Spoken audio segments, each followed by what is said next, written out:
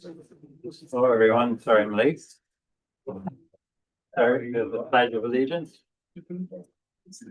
Excuse me. Let's start with the Pledge of Allegiance. Pledge allegiance to the flag of the United States of America and to the republic for which it stands, one nation, under God, indivisible, with liberty and justice for all. Thank you. Any additions or changes to the agenda? No.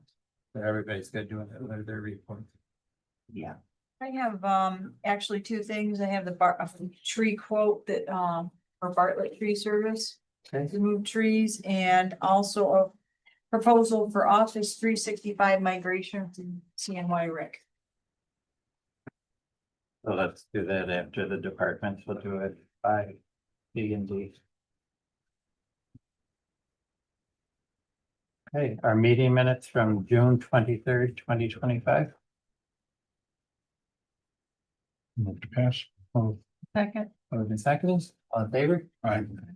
I will abstain because I was not in attendance. Thank you.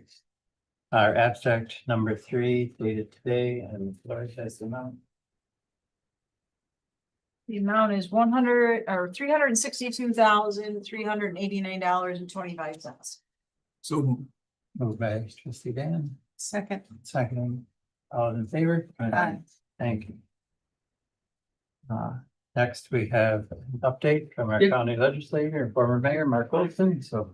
The chief was telling me I have 5 minutes, so. Okay. So he's not. Oh, that's a good. you're welcome. That's a good start. That's a good start. Thank you all.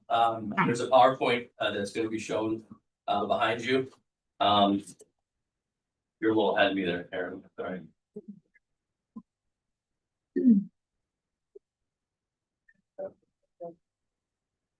Here we go. Okay, we'll go to the next one. That'd be great. Thanks. So I like to do this a couple times a year and just give an update of what's happening in the county. Like I've said, connecting the dots with the county government and the village government and the residents is very important. A highlight was a 9% reduction in the property tax rate. That's an average of $60 for $200,000 house. And that's 35% since 2018 that we've reduced the rate.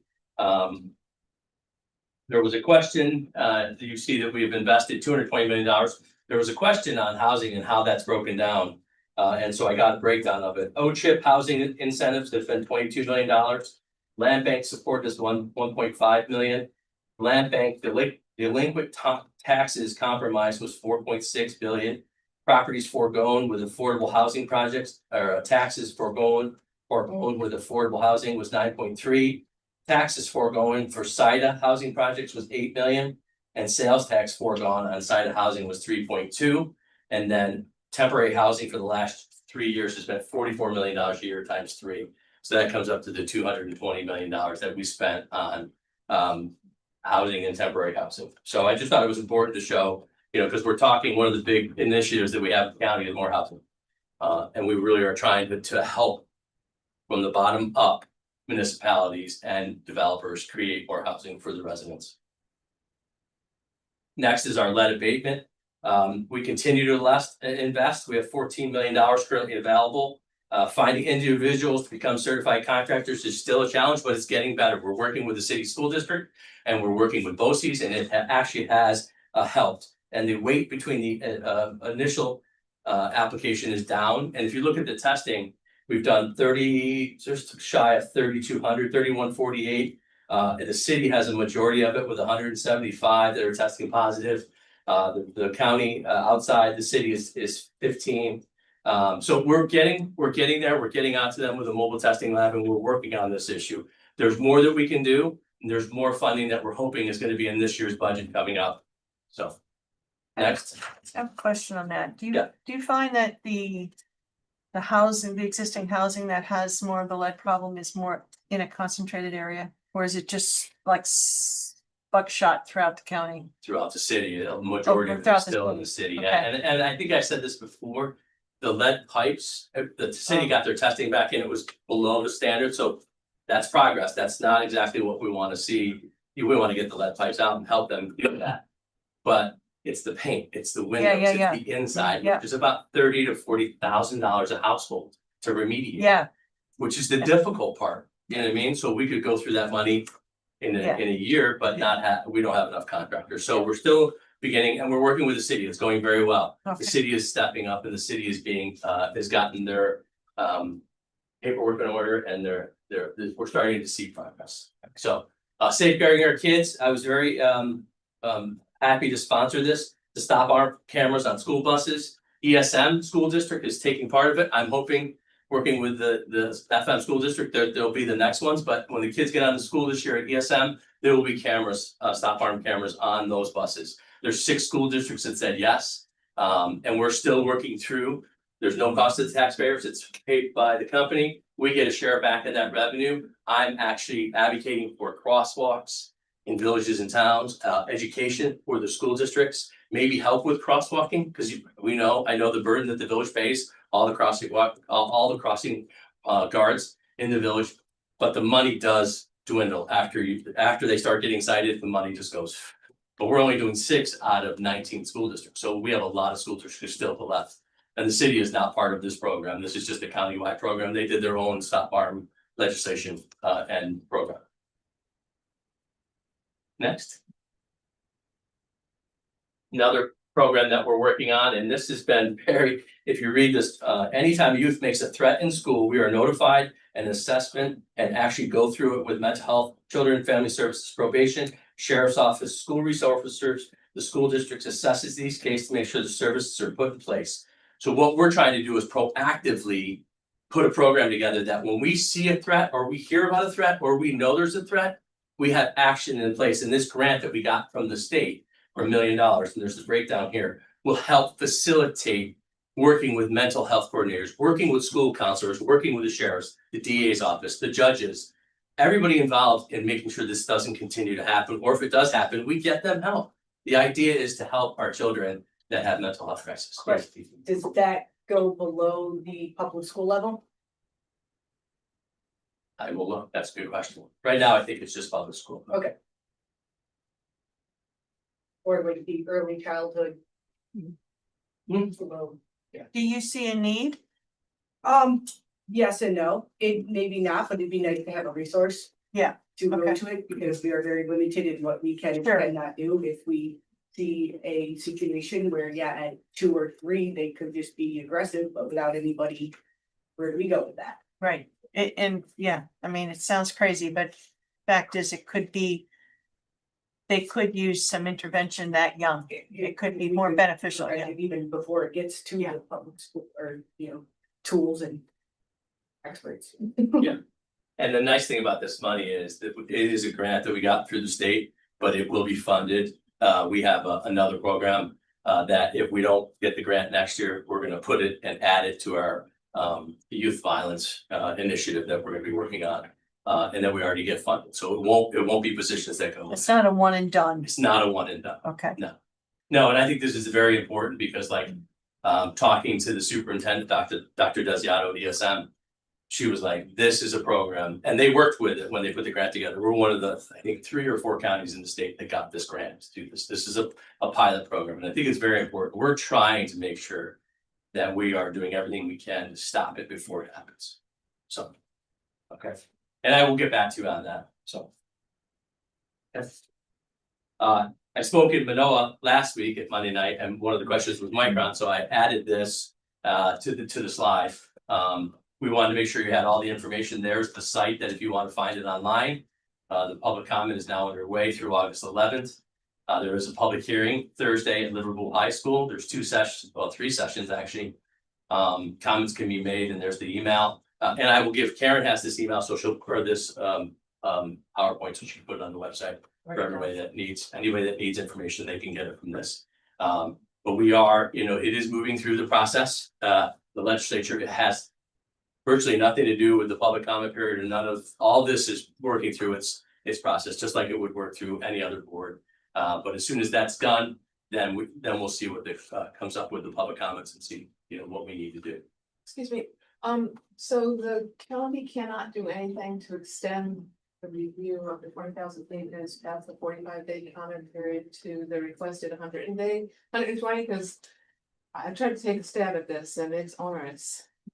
County ledger, the county executive or somebody. I'm saying county. Okay, You know, as a whole, the legislature and the county executive, because that has proven to be really difficult. People try to plow through that. I don't know if you've tried. I will, I'm starting it. A lot. But I yeah, read it's a lot. fast, It is a lot. And- No, yeah, it is a lot. And the nice thing about it is the they did, the reason it took a little bit longer was because OSIDA and then others had some input early on and said, this needs to be added, this needs to be looked at, this needs to be. So that's why a lot of that, it took a little bit longer to get released because they were making sure that they got the best product out there that they could. I will get back to you on whether it can be extended or not. Do you think it? Based on your. I gotta read it first before I wouldn't do that until I read it. Okay. Because we have so many scientists in our area who, you know, could have substantial contributions far beyond anything I might make. And that necessarily weren't on board with people who did review it. So there's so much, the impact of this, especially on the environment, is so great, would really be beneficial if we had a longer time comment period. Let's see, my current question, or I can hold it to the end, whatever's easier for you. I'm on Minecraft, so You're on my- okay. I've got my notes right here, so I'm gonna get back to Casey. Okay. New York State has climate, mandated climate goals. And Micron is going to use as much electricity as the state of Vermont and New Hampshire. I mean, it's mind boggling, the amount of energy. So according to the Green Chips Act, that energy is supposed to be 100% renewable.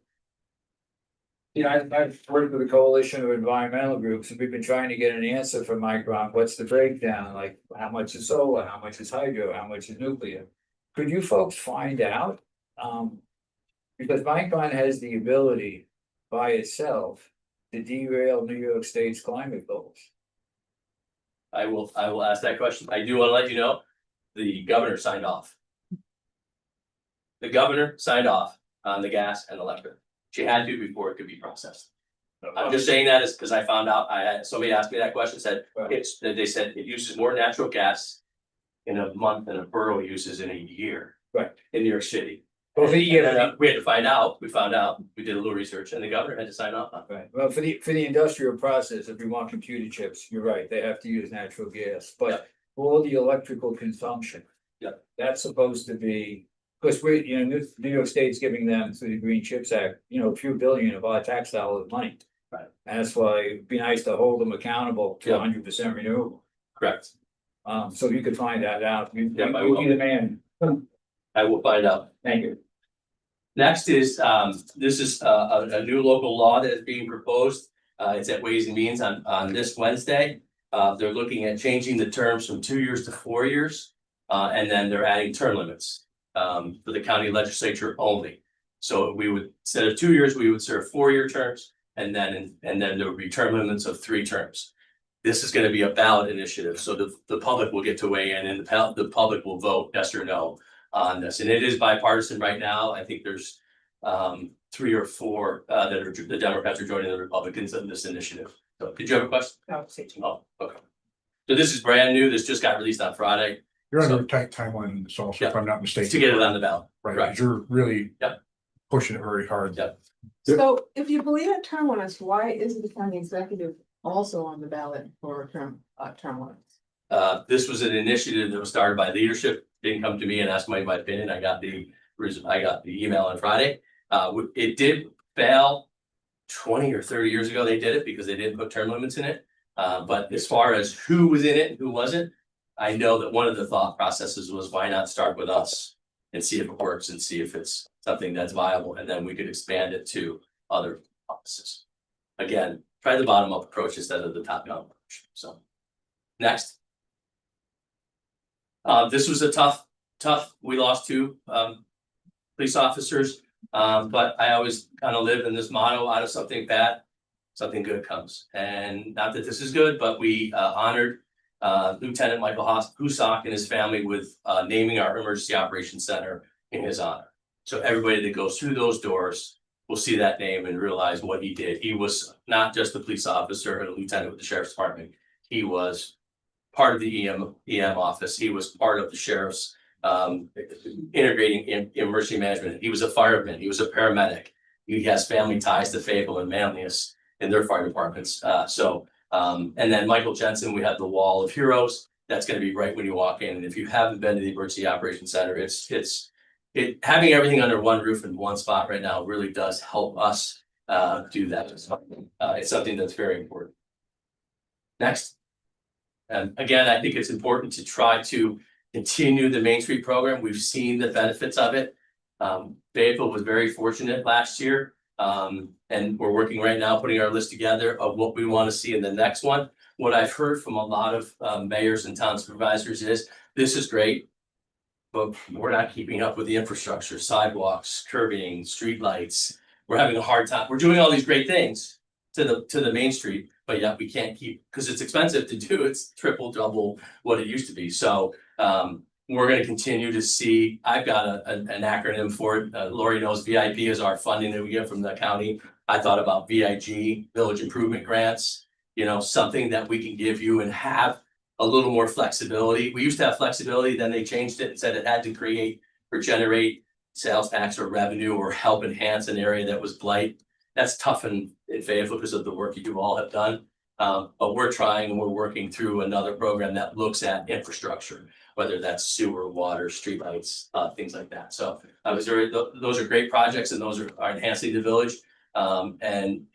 And now we're working on other projects. So next, And when would the next round be? it'll be in the budget for next year. Okay, So and maybe that innovative program you're discussing. that's what I'm. Okay, Yeah. great. This is just, we had the community development.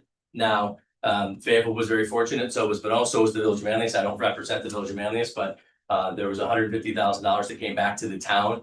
I have asked, and I've spoken with the mayor of the Village of Manoa, the mayor of Manlius, the two of us that represent the town of Manlius, and the mayor, Mayor Small. We're writing a letter to our congressional district because the big beautiful bill took this out for 2026. So I have a letter drafted. Mike's going to get it today or tomorrow, saying we want this reinstated. We want this money back. It's too important and it's such a good thing. The Senior Center has benefited greatly. So has the community. So we want to see that money put back. So we're trying this approach. We're writing a letter to Senator Schumer, Senator Gillibrand, and Congressman Mannion asking for that. And we're told that they're looking at putting the money back in. So, okay. Next is the Shape Up. A lot of people have heard about the Shape Up for Veterans program, but there is a Shape Up for residents that are under a certain threshold of income. And sometimes we forget about that. And that money is there. This is in our program right now. We have money. Shape Up for Veterans. We're actually creating we have a wait list right now because we've extended all the funds that we did. So that's going to be a budget time a program that we want to add more money back into that to see that went very well. And then we've got the to support rehab residents, and then the initiative, the OCHIP, which the town was very fortunate. The town did that with their Twin Ponds program. If you had anything in the village that you saw with multiple housing, there's up to $250,000 for a project. I think it's $5,000 per unit. So How much was in the fund? Do you have any idea? the Shape Up for Veterans, I think we started initially with, Okay. I might be wrong. I know it was in the millions. Oh. I know it was in the millions, and we now have there's 9 applications that are sitting in hold in queue, ready to go. And each one was about $25,000 is the average. So we did see some success with it, and that's why we have, as the legislature, asked for it to be refunded or replenished in the next year's budget. Well, Mark, on the Shape Up program, eligible veterans, is that also income? Eligibility limits or? It is, and it's for roofs, windows, air conditioning, heating, Right. to try to keep their house so that they can live in it. We want people to live in their houses. We don't want them to have to go somewhere else. So this money and this initiative is helping put people and keeping them in their houses. Is that Shape Up program for non-veterans still? It is. Alive? Well, yeah, it is. So it's But that one I know is income based. yeah, there's income eligibility Yeah. and then an age. It says And- that 62 plus. Yeah, so is that homeowner only? Yes. Okay, So is it redundant to shape up if there's another No, program? one's for veterans, one's just solely for veterans, and I don't think that's an age requirement, I think that's, but I can double check that Okay. for you. So they have to live in the house? Yes, Thank you. so how do we, sorry for staying on this, but it was one of my thoughts, this summer, was to understand how the village can work with local homeowners if they're interested in improving some serious conditions on their home, not just, beautifying it. I will get our point person with that, which I think is Marty Skaheen, but he may have. Using somebody else in his office, but I will put you two together Okay, for the program. Let me ask you this too, I always ask the same question all the time. If someone gets something like this and then decides to sell, is there a payback? The one with the shape up for veterans, we redid it to meet the to match the federal standards. There is. I'm not sure about the other one, and I'll get that. That'll be in the information packet I get to Jane. yeah, so Yeah. I'm sorry, I didn't hear what Danny said. So basically, if they do improvements and we say. Then it's you a gotta live there for 5 reimbursement? years, and you sell before the 5 years or you leave before the 5 Gotcha. years, Right. where does, who do we get payback or do we forgive It's it? always, yeah. Something like that. That So I'll would find be- out that. I'll find That out was that the information. initial way with the community development that people got, private individuals got, they had a signed agreement that was a 5-year agreement. I wondered if they were doing this there. Next is the regional market. I'm on the the Planning and Economic Development Committee. We committed $4 million towards the fund, towards the regional market to help revitalize, rebuild, restructure. We have representatives from the county and the city now on the board of directors. If anybody knows William Fisher, he used to be the deputy county executive. He's a very good person and someone that's going to do a nice job of. The $4 million that we're putting in this year is to redo the entrance. And we're working on the sea shed. We just found out that the state gave us a $5 million grant to process food on site and then sell to the schools. So we're in the middle, that's a design process that we're working through right now. If you've ever been down there, they look beautiful, but when you get inside, they need a lot of help. They need a lot of rebuilding and they need a lot of restructuring. So, and there's the debt. If you look, there's $5.4 million in debt. They've taken on a lot of things that they shouldn't have. They just sold the building for $2 million. That's gonna reduce our debt at the market, but between the state, the county, Mr. Magnarelli, we're trying to really work on creating something that the public can. We all love it on Saturdays, but we want it to be like Saturdays every day of the week or as many days as possible, and it have to be an asset.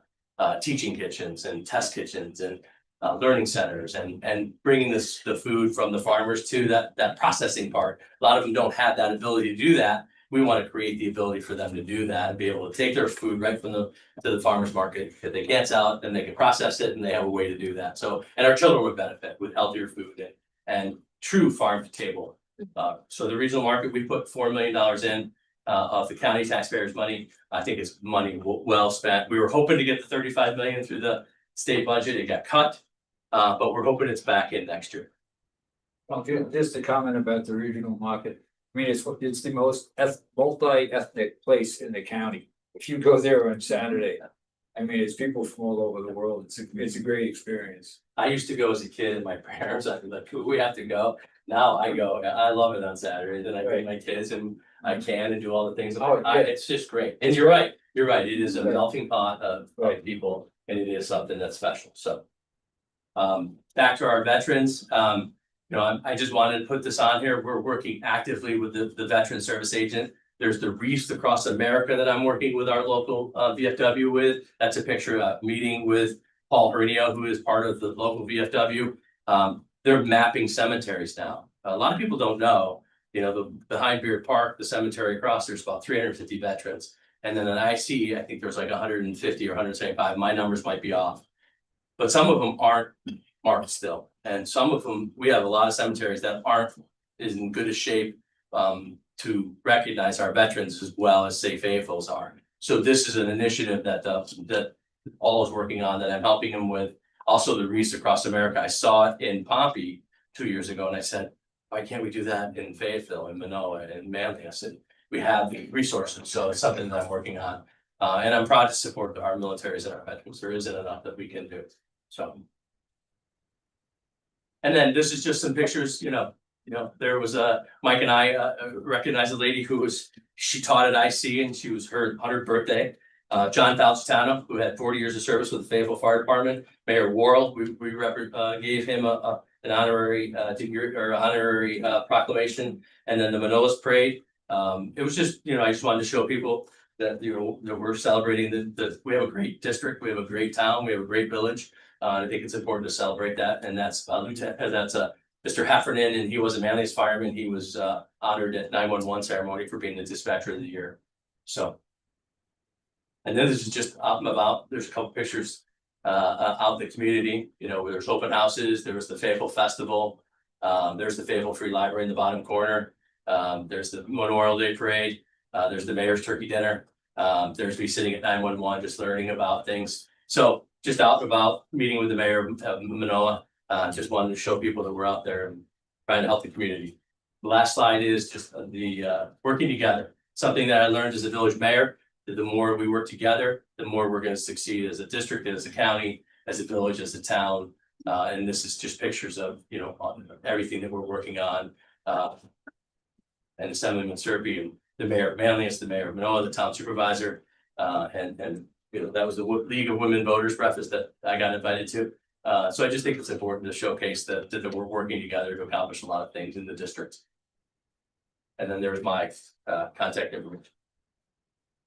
Any other questions? I tried to keep it under 5 minutes. I apologize. It was pretty close. I Yeah. knew it was like a shot in a hurricane. So. Any other questions? I have one. Yeah. I'm feeling like I'm in the dark about the aquarium.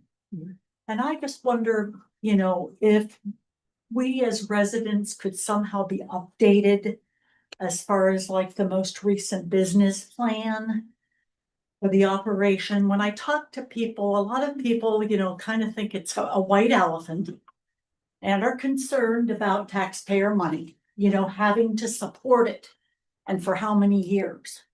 And I would just, I wonder if it's reasonable to ask you to put it on the village website, for instance, like the current business plan.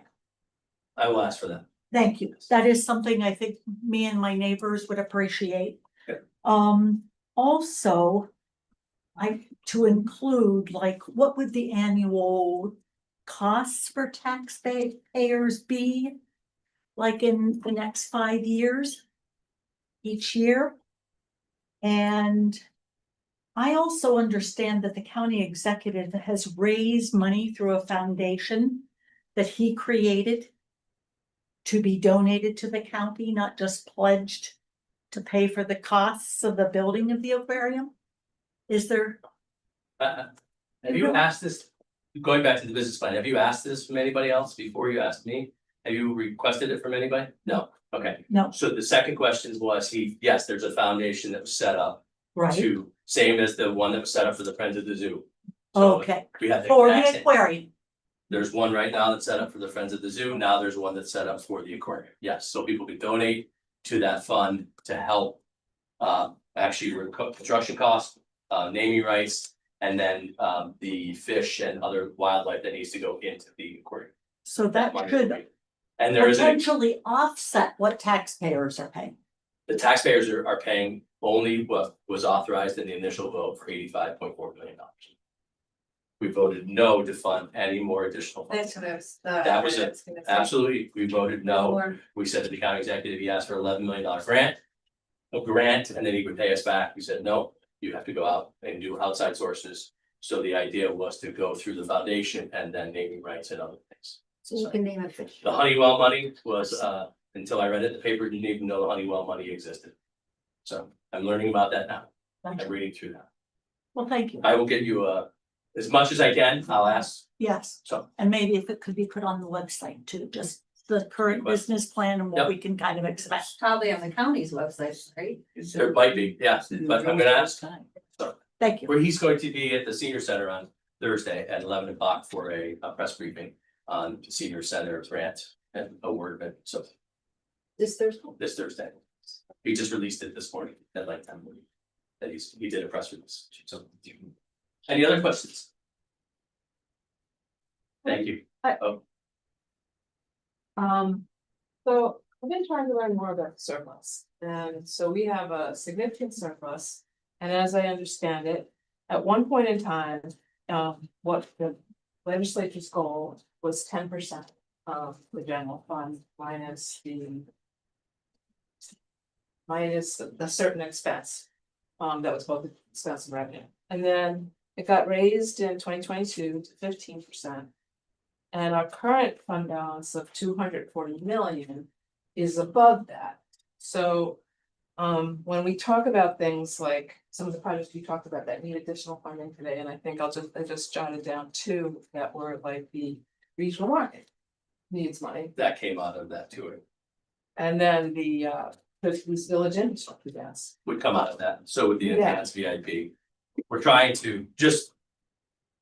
You forgot one thing, I voted no for raising it from 10% to 15%. I I thought had that no was, idea. that was too much. We I thought have I it thought here, was it's worked 20. for us. We didn't even touch it during COVID. So I thought, why should we add more money into that pot? So I voted no, it failed.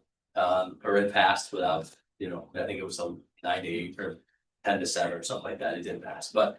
This one shots, which is adding money to VIP or VIG, adding to all that comes out of that 240.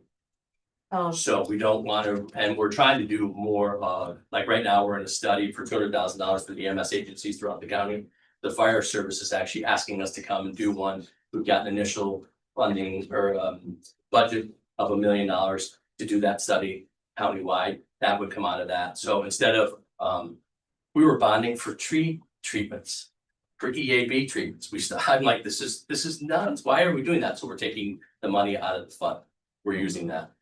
We are staying on, or we are keeping a little bit of it in because of the federal cuts that the state's gonna cut, and we don't want to raise taxes. So that money right now is, and the sales tax for the first quarter came at 0.003 ahead of plan. That's not good. We said 1%, it was 0.03. Second quarter came back a little bit better.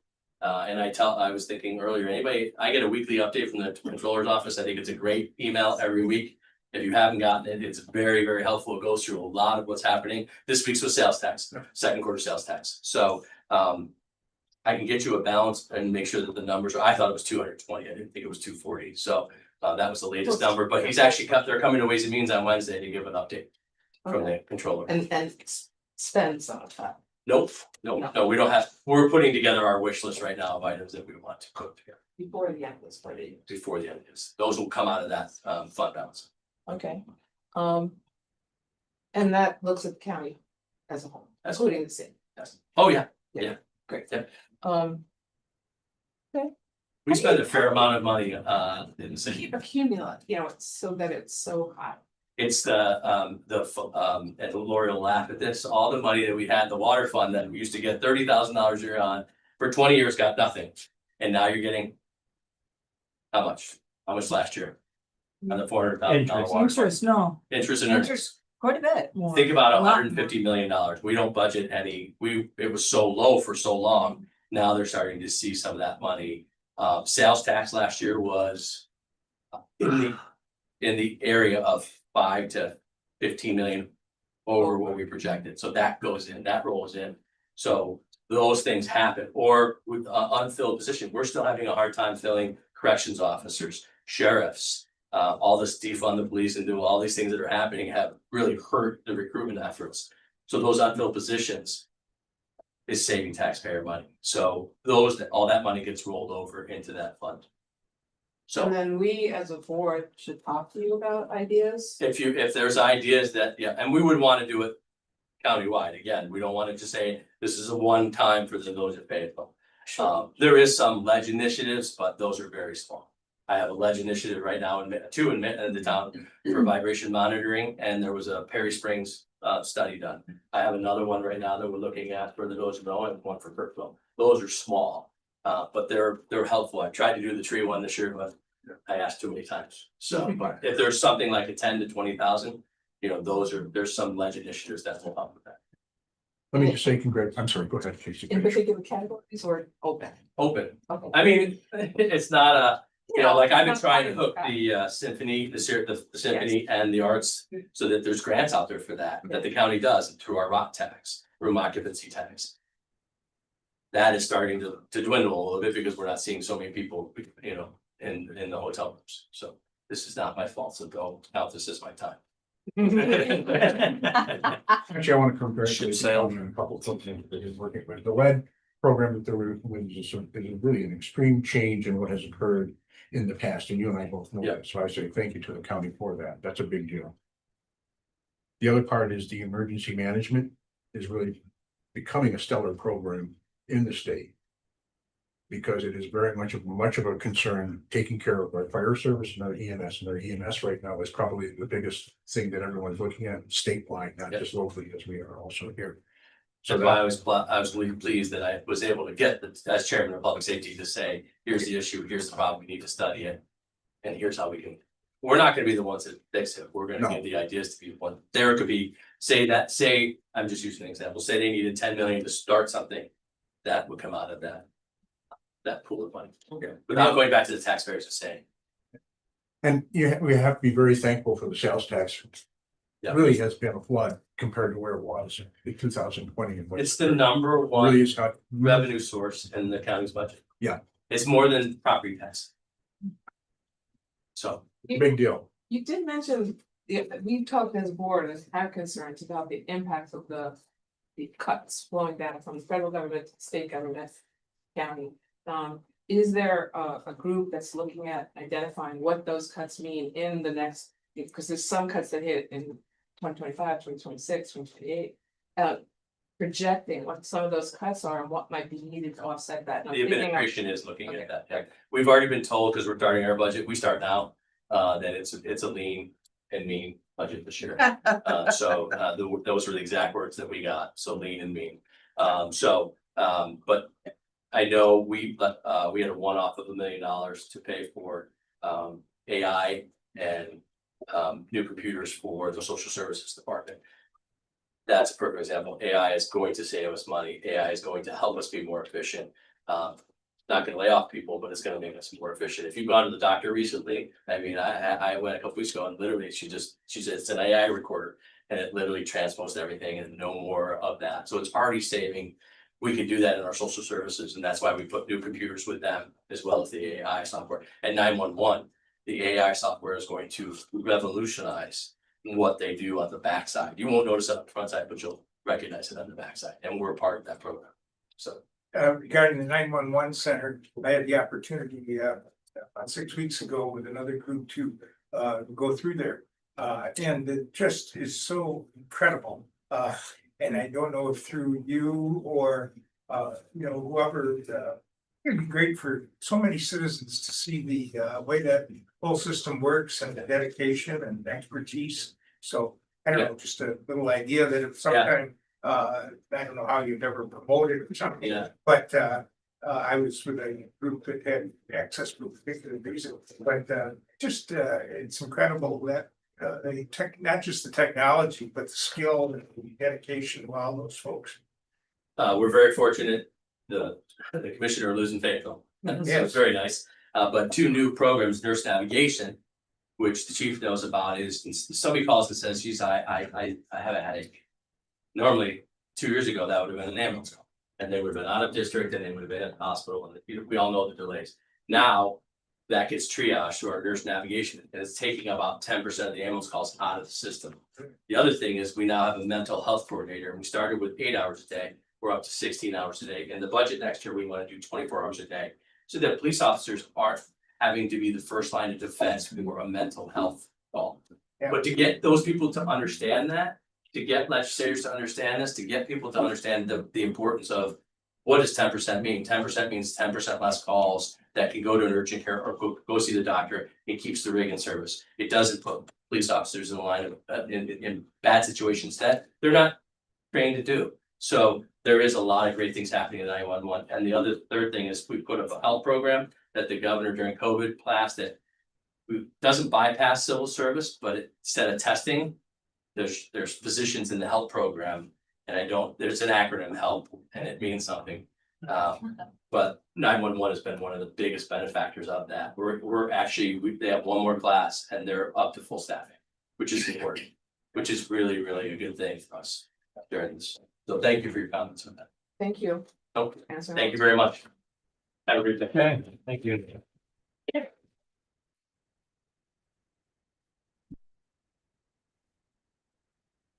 Okay, I'll move to the fire department. Ooh, yeah, I got, four, new, hopefully new recruits, new volunteers, everything signed. Frank, G and Anna. So move. Moved and second. All in favor? Aye. Jana Kamel. So move. Second. Favor? Lana, Renee's, Velez. Close. So move. Second. In favor? Aye. Akia Tyler. So move. Second. All in favor? Aye. Thank you. The email, I sent you an email prior to get two part-timers. Just gotta formally do it now. Right. One is Sarah Phillips, a paramedic. At the part-time paramedic rate. And the other one is Adam Donor, is an EMT at the EMT rate.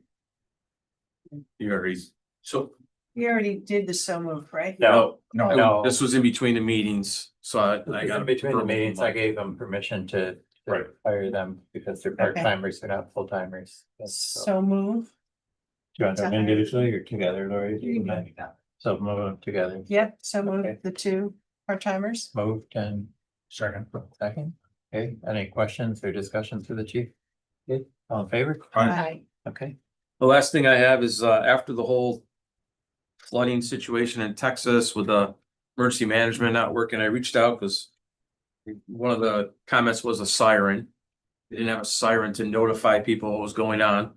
So I reached out to emergency management quick and just said, hey, with all the new technology with reverse 911 and everything going on, do we really need a siren? And he's like, nope. All the reverse 911 stuff covers everything. So if anybody asked you guys a question about that stuff, I just wanted you to have the answer that we're good with all the modern technology stuff and we don't have anything to worry about with that. Could you quickly explain reverse 911 so everybody better understands that? It is simply a program that they have at the 911 center to send it out to all the citizens in a certain area if there's a problem. Right, so we get notification on our phone? Yep, on your home phone or whatever landline you have. So they would call a 637. Yep. Yep. Okay. Cell phones, just landlines. Nope, I believe it'll call cell phone too. Whatever number's on file, whatever number, however they have the file set up. It's pretty sophisticated. It's through, It is. I think And- some of but- it comes on the cell phone. But does the individual need to take the first step? Nope. To say, call me? nope, it should be all already, it's predetermined. It's not, I think they get your cell numbers from your cell carrier and your home numbers from your, Wonderful. It's- That's really what I wanted to learn. Amber Alert. it could be very similar to the Amber Alert. That's great. Okay, Their weather. Or weather thing. But I just want to make sure you guys had that information. thank you. Any other questions for the chief? Okay. Bartlett, DPW, so Tyler is not here this evening, but is the tree that's on here, the tree quote, the 419? Yeah, so there's a, Is this one and the No. same, or that's a different one? no, there's 419 Salt Springs. This is 419 Salt Spring versus this quote is 1125. That's what we got in. Oh, I thought you said 419. Okay. It's Oh, on the. 419 Salt Spring Street. It's the but address. The address. Yeah, I didn't know. 419. Sorry. Yes, that is the same one. Okay, so we have a proposal from Bartlett Tree to take down a tree at 419 Salt Spring Street, and it is within 10 foot of electrical wire service, so we typically do not do that as a village DPW, we fire that out, so a motion to approve removal of that tree. So moved. So moved, second, second, all in favor? Aye. It's a black walnut. Is anybody there? No, thank you. That's some great wood, I was gonna say the lumber's valuable. but not if it's in an urban area, only if it's in a rural area, because there could be one nail there. It's still Really? a saw, yeah. Oh. I tried to sell a couple. It's not easy. Yeah. You wanna talk about that, Chip? What's your going to? Or his other item? I know, you keep going. Okay. And then, of course, everybody knows, perhaps if you live on that side of the village of Genesee Street, the south side, that Chapel Street and Walnut Street have been ground down for repaving. And there was some delays in the contractors that were coming in to do the sidewalk along the first 100 block of Chapel Street. And so they have to do that sidewalk repair and replacement before they do the paving. And so the sidewalk and curbing will be finished this week, and then the paving is scheduled to be completed about a week from now. 10 days, something like that. So that will be put back together, so. It's had its benefits and its drawbacks. The benefits are it slows traffic down, but the bad parts are that you have a really rough road to drive your car down, so. We're looking forward to getting that finished, but that was delayed. You know, by hiring people to do certain things, you have to take them at their availability, and that was the availability of how we could get the process done, so. Been a little longer than what we had anticipated and were told, but we're getting to the end of it. I've had conversations with Bobby and then with Tyler about a broken fountain in Coulter Park. That's been broken for a number of years. And the neighborhood association has set aside, is willing to help participate in paying for something that would repair that fountain. So I had asked Tyler if we could get an estimate from a plumber, or he thought he might be able to do it, but he said I need board approval for him to get someone to look at the fountain before we could have any sort of idea of the cost. So they broke the pipe under the ground? No, it's, I think, They you know, broke the without. pipe under the Oh. ground according to what they told me, Oh, excuse Tyler me, and I didn't Bobby. know. So. It's a very costly repair. Can you, I'm sorry, back up, and you say they, who's they? Whoever damaged the drinking vandal. fountain, yes, Okay.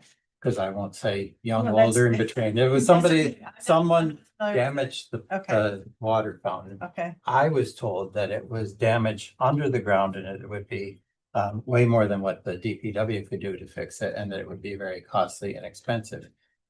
We could get a quote on it, but it's not the first time that it was vandalized. And we'll see what the quote, I can ask him to get a quote if the board so desires, and then we can probably want to proceed with it, but I don't want to fix it for more vandalism.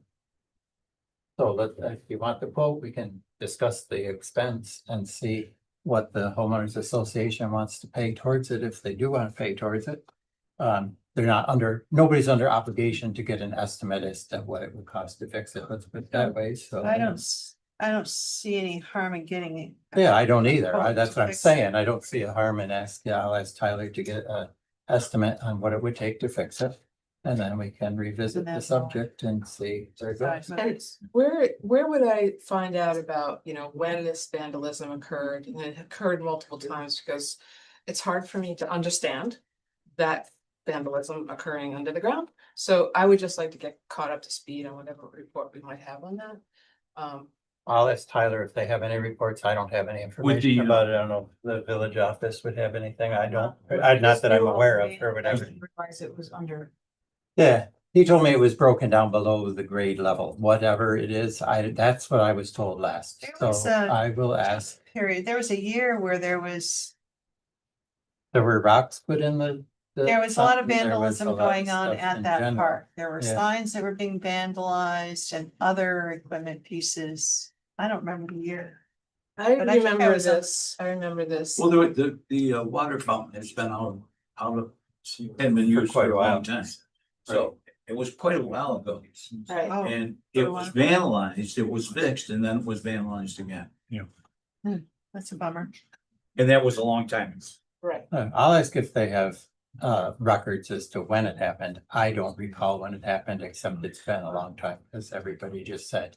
But a long time could mean a lot of different things to a lot of Yes. different people. Yes. So I'm not suggesting that I. And some of. I'm not gonna the homeowners may not have been born then, I'm- but the homeowners are it's a park, you see a water fountain, you think you're gonna be able to drink water, how nice it would be. And so they, you know, some of them individually are willing to donate, but as a collective, they also want to be able to do it, and if not, maybe we should take it down. Okay. Because Well, I will ask for a quote and we'll be able to discuss it. so Tyler said we had a vote on it to get the. We don't have to vote on to get a quote, no, Okay. he might have misunderstood. If Okay. we're gonna repair it, then we would Then we have vote on it. Yes, So Okay. I will get some information. We're not meeting for a month, of course, so if I can get some information prior to that meeting, I will send an email with that information to everybody and we can perhaps decide it or perhaps have to wait till that meeting, but we will see what Yep. it all comes back. Great. In the meantime, I will ask for some timeframes if they have records as to when it's had to be shut down. That will be helpful to let you know what your questions are. Okay. Anything else for the DPW? Okay. I Lori? know that they've got, and I was just gonna put it in the trustees report about the cottage and everything, so I'll just read. Oh, okay. Lori has Office 365. I do, I'm not sure, maybe Karen, you wanna talk to, because you spoke to them, it's a proposal of. So what this is referencing is that our IT service BOCES will eventually not be supporting email. They're not in that business. So we are looking to migrate to another company that will be using Office 365 for the email, so to be cloud-based. So there is an initial migration fee, and then there'd be an annual fee for the licensing. So for the initial proposal, this is what we're looking for. Approval to have it signed to go forward would be $4,681.20. $3,600 is the one-time fee to get the programming and everything migrated to establish the email services. And then $1,081.20 is for the license itself. That part would be an annual reoccurring cost. So you said initially, or you said there's a down payment of 3,500 to establish it. 3,600 plus the Okay, license. does that last forever? Or Yes, that's basically just getting it. until it's something the new setup. comes along? You could look at it that way, but that's the, yeah, That's what- it's the setup fee to establish it on this new platform. On a cloud-based program that would actually be managed by a third party. The BOCES no longer will be managing emails, so that server won't be. It'll be, to you, it'll be flawless, and our email address will stay the same. How we would access it, everything will appear the same way. But on the back end will be different. When will BOCES discontinue? By the October, so they're trying to, Okay. it's been So October by- we 25, need so they've something- been prepping us for a year that Yes, we've got to come up right. with a plan. Right, so my, I don't know which one's better, but I know a lot of folks. Use more of a Gmail approach because it is less expensive. But I've done no research on that myself, so I I'm don't, not sure if we can do that with a .gov. that was my You question. have to have a .gov. Do we, Yeah, because my question really was, does it meet the state requirements that we have for, and particularly the new state requirements that the governor signed into law in December? It's for the website. I don't know how that affects Well, the your email is typically integrated with that, and it's a piece of it. That's why I was asking. School districts use it. Should be fun. say that again? School district use Gmail. Yeah. I know they do, but I'm not sure. I think that's the difference. That is the difference. If we should research if we can use Gmail. I don't know that we can. And. I don't know, it's just that I'm not, I think Danny's question is the one that I was thinking of, which is. The expenses right now initially to, migrate everything over, and then the annual expense is always going to go up. And. Don't know if we have an option to go with something like Gmail, and I don't know what it would do to our. Access and our use and all that good stuff, so. I was more comfortable in the security of this with BOCES for what we do and the seamless transition. And I know this is something we talked about during budget as far as anticipating Yes, this we did. expense. Yep. I can certainly investigate the Gmail option. It is, I don't know if it's free for a reason. I don't know if we have the same Yeah. security levels. Yeah, the security levels may be a little different here. because Yeah. State. Oh, It's not to say that we don't use it, and we have a face on Gmail, if you will. We have a basic Gmail presence for the village. But I don't know if we wanna rely on it. That's entirely. fine. Do you think that the reason that they're doing away with it, they're getting out of the business of email? I mean, I think that's where they've been hit the worst with, the ransomware and different things like, is all coming through email. So I don't know if they're not capable, so they're like, okay, we need to. Yeah, to be something fair, I don't different and remember if they bigger even gave a reason why they're getting out of it. It's, It definitely is. right, been an Yeah, it's issue with. It's becoming its own thing to be managed. Yes. It's a lot involved to it. Yes. We have to do We have to do something. one or the other, yeah, that's. I mean, if I don't Maybe want. something, basically, they're just saying they're not gonna support it, any longer, so we would Yeah. either we have to do manage something. it. With another company independently, It's Or working the with them, Gmail. right? Or they put you in contact with one. this is the one that they put me in contact with. I don't know if they researched other options. I feel like this is the one they vetted and have the confidence that could handle what we're doing. This one, I'm very familiar with the one you're presenting. I like it. It's seamless. It's very easy, With but what? it's expensive. Outlook. Oh, 365. yeah. But it's expensive. So since if we're all prepared to have it this year, let's migrate over, let's get comfortable. But then let's You do know a what, little we- bit of research on whether we have other options Right. for future years, because it's an annual cost, right? Do we The have an annual annual? cost will be $1,000, $1,000. Okay. Which is probably something we're Horrific in gonna the see scheme more of of- because everything that goes cloud-based and who's servicing them, I know that. you have to. I know have that. in. Yeah. So if nothing else, maybe it gives us time to investigate other options. Yeah, I that's don't what think I'm we're thinking. committed to it. There's certainly, the initial setup is always gonna be expensive and you'd Yeah. like to have it for a few years to get your monies Yeah. out of that initial migration. But we can certainly look to see if there's other providers and what they've proposed. I just trusted that BOCES had looked through it because of all the number of clients they have to work with and the security levels and trying to come up with the best deal.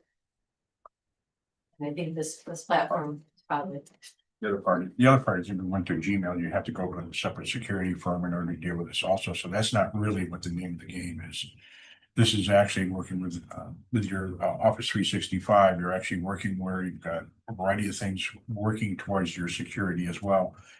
And the security really is the biggest issue here. It's not the email itself. That's the other part that we have to always remember. So we're actually paying for the security in order for that. Because if we don't, we will be hanging out there like low hanging fruit, period. That's all I can say about it.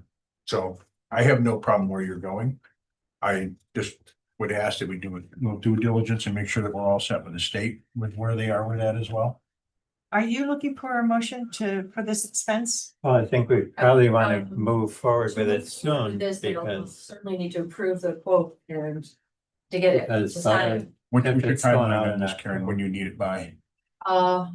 We were looking to have this in place by September 1st, so in the next couple I of can't weeks. do that in August because we're meeting so late in August. That's the other. Yeah. So I think we should just. No, I think if everybody's comfortable moving forward with the discussion we just had about it and looking at different options, I mean, we may not change in a year as opposed to like redo the setup. This The is something transfer each time. the change would be in effect by September. Right. Yeah. I'm saying like, and then we But can for look the at it final as we go through year or budgets something. and things like that. We can- So I'm gonna make a motion that we, go Dan has some more Oh. questions. ahead. Just one quick question. So is this a professional thing or a service? We don't Yes. need more quotes. No, we don't. Yes, it is No. professional. Yeah, it is professional. Pardon me? It is professional. Okay, Yes, that's, yep, yep. that's what I wanted to make sure. So No. I move that we migrate our email system from BOCES to Office 360. Office The Office 365 and that we authorize the expense of $1,125. Well, the 36, whatever. Residential expense will be $4,681.20. Yes, The that, one time, The that one time. the one-time fee plus the year.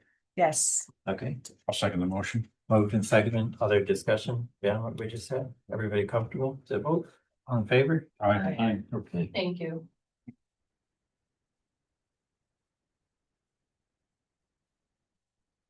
All right, next we have a solicitor's permit.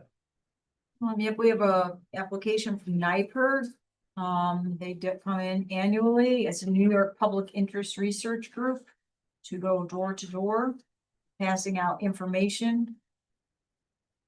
And speaking to residents. So move. Okay. Moved and seconded. Any discussion? All in favor? Trustee updates, Dan? Yep. We were just talking about the Chapel Street and Walnut Street.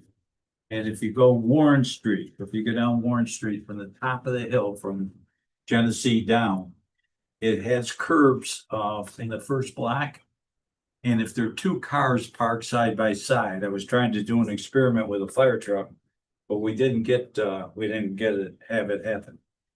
There's two things I'd like you to look at. Look at this street, please. So, especially in the first block, we might need to, or we might have to put up no parkings on one side because of it's narrow. And there's only no parking here at the corner on the west side. The one on the east side, there is not.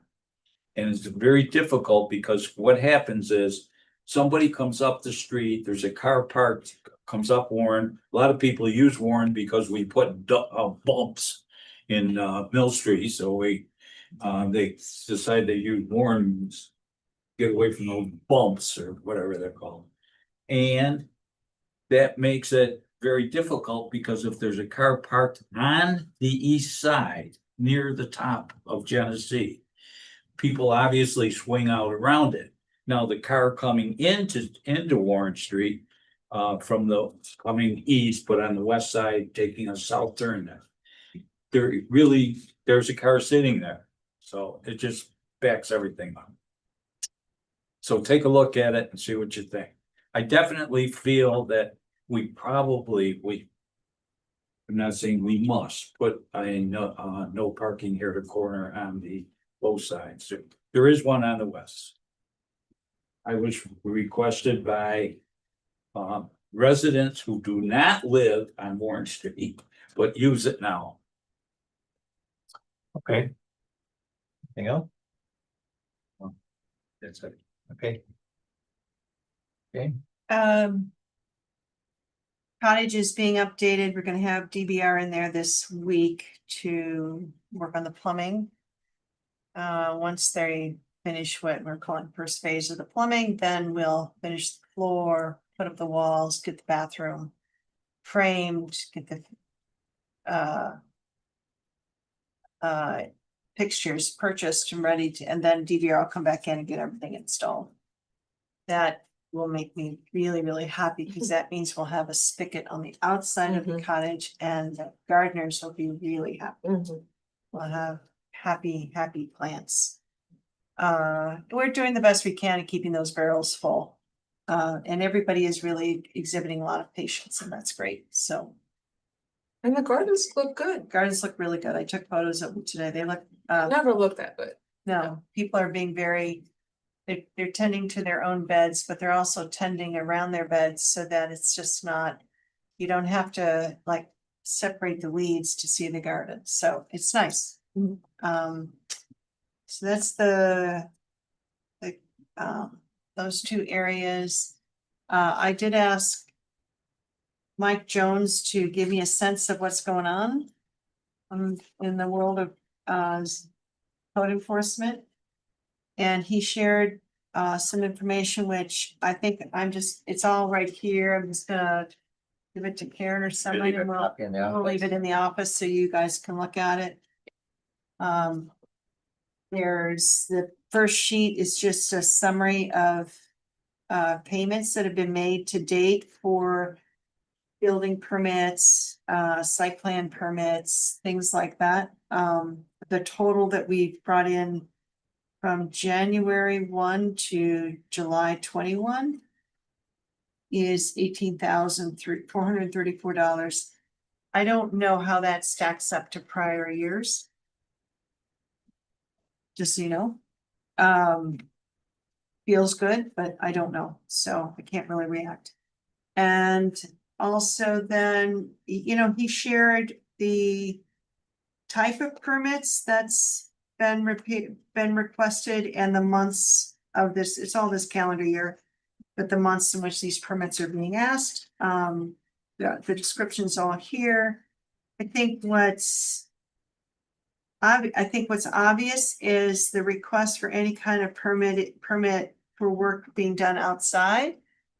Those permits were very low. The requests were very low in January, February, got a little bit more in March, and then creeped up in May, and then kind of exploded. So all that we would expect, there was no surprise there. You can count how many permits per month. We can start tallying this. I don't know what to do with that data. I can just tell you, for example, there are 4 permits in July. I don't know. You would have to go back and understand the involvement of each permit to understand how much effort is put into that. But we're beginning to collect data. Is that a new data collection tool? No, he's had all this, been able to do this. He generally doesn't give it to us till the end of the year. Usually does an annual report as Yeah. opposed to, Right. now we're I asking for like a explained to him that monthly. we want it, and not that it's gonna change the data, we just need to start looking at it sooner. Obviously, he's been very busy with the car wash. There were some hiccups and bumps in the road. The car wash, but they've been able to work through that, so it's up and running, and my granddaughter tells me it's really fun. So that's Mike. The other item that is just the zoning update project. As I mentioned last time we met, this summer, our consultants are doing their work that they were hired to do. They're updating our code, so we're not seeing a lot of activity. The committee is not meeting a lot this summer. They are reaching out to folks and holding these small, I call them focus group meetings, but they're very tailored. Few folks, hour and a half maybe, try to get public's input that way, far more direct. When the summer is over, we're all aiming to have a very involved, interactive open house in the fall. We will all have information about what's going to be shared so that we feel comfortable at that meeting and can discuss it. And we're not going to walk in there without knowing what's going on. Okay. I sent an email to everyone this afternoon about an amendment to EDR's contract. And I'm going to try to explain that slowly. We received funding from Onondaga County to work on our zoning. That was essentially $70,000 that we received from Onondaga County. Then as a board, we hired EDR to work with us with that funding alone, $70,000. They said, yes, we can amend or update your zoning code, but only for a certain section in your village, and that was all around Route 5. And that's the commercial zones and Limestone Plaza. And they were not going to focus on residential at all. We hired them for that. We all saw the contract, we all agreed on it. Then while we were doing that, I also worked with you guys about submitting an application to the New York State Department of State for additional funding so that we can include the whole village. You were aware of that. This was this time last year. We were successful on getting that money We learned about that in December. It took from December to June to iron out all the details with the Department of State, and we got that contract signed. I did not want to amend EDR's contract until we knew for a fact that money was locked in. And the mayor signed that contract. We reviewed all their terms. And now we're ready to amend EDR's contract to include the Department of State money. So we have the county funding, grant funding money at 70,000, Department of State funding at 75,000, for a total of 145,000. And that is for the entire village upgrade of our zoning. Anybody can, I have a copy here, anybody can look at it if they want to see the red line. All of the public engagement that they had agreed to before is still in there, must be done per DOS contract. So none of that is changing, other than there's more material for them to present. Right, so we're still having the same number of meetings, the same type of meetings and all of that. They just have a whole village now to present, not just a corridor, and that's more work for them. So I think that makes sense, at least it does to me. And they amended some language in here so that it reads the full village, not just a portion of the village. They then also adjusted all the little categories where they're gonna spend their money. And so it's a total of 145. And if we're comfortable tonight, we can make a motion to accept that, and then the mayor will sign it with EDR. If folks need more time to review things, we'll do it in August. That's all I Do you have to want to say. make a motion to that effect? Do you want to discuss it? Or Well, I just. how does everybody think feel like it's- in yeah, general, I guess? right. They're- I'm very comfortable with it because I know, I've been involved with this right from the word go, like a lot of folks here, so it's not strange to me or disjointed. This is really the common thing that we're doing. We're trying to do the whole village rather than just a piece and parcel of it, so we're doing more of a complete job. And the grant came through in December, as you said, Yeah. Jane. And I have other experience with another grant we got. We're just completing in that, and it's the same kind of timeline, but we've been working on it forever and a day before we actually get everything approved with the state. So it's actually been very, very interesting, and I appreciate it. I know that that's how these just drag on. That's all. It's Well, they really all take about. time to get their contracts. Yeah. done. And Lori always tells me we're gonna pay twice for this in our effort, and she has never been wrong on that to me so far. I gotta say that. But it's necessary for us in order to do what we do in order to and take care of our taxpayers as well. That's the other part. So I'm very much in favor of moving forward on this. I don't know if others are in the same position or not. Dan, the opinion, I don't, yeah. The money's there, use it. Yeah, the money's there, and it's, And Casey, do you have any questions, or do you want to hold off on it? I mean, I'm asking everybody to be. I don't think that, so my concern is only that, it's an amended contract. I didn't read it, because, it wasn't a lot of time between the time I got it. no, there was not a lot of time to read. So I just feel that it's my responsibility to read it. Do I expect that at the end of reading it, I'm going to have any problems? I expect I will not. So in that sense, I don't think that we should hold up for the moment. You know, the other, if we pass this motion and you do read it and you have a question, there's no reason why we can't talk about that. This is not something, I mean, we're not signing anything tonight, so it's not locked in. Okay. In my opinion, so Thank you. I move to accept EDR's amended contract. Date here. Dated July 8, 2025, for the amount of $145,000 to update the Village of Fayetteville's zoning code for the entire village and zoning map and design guidelines. I'll second the motion.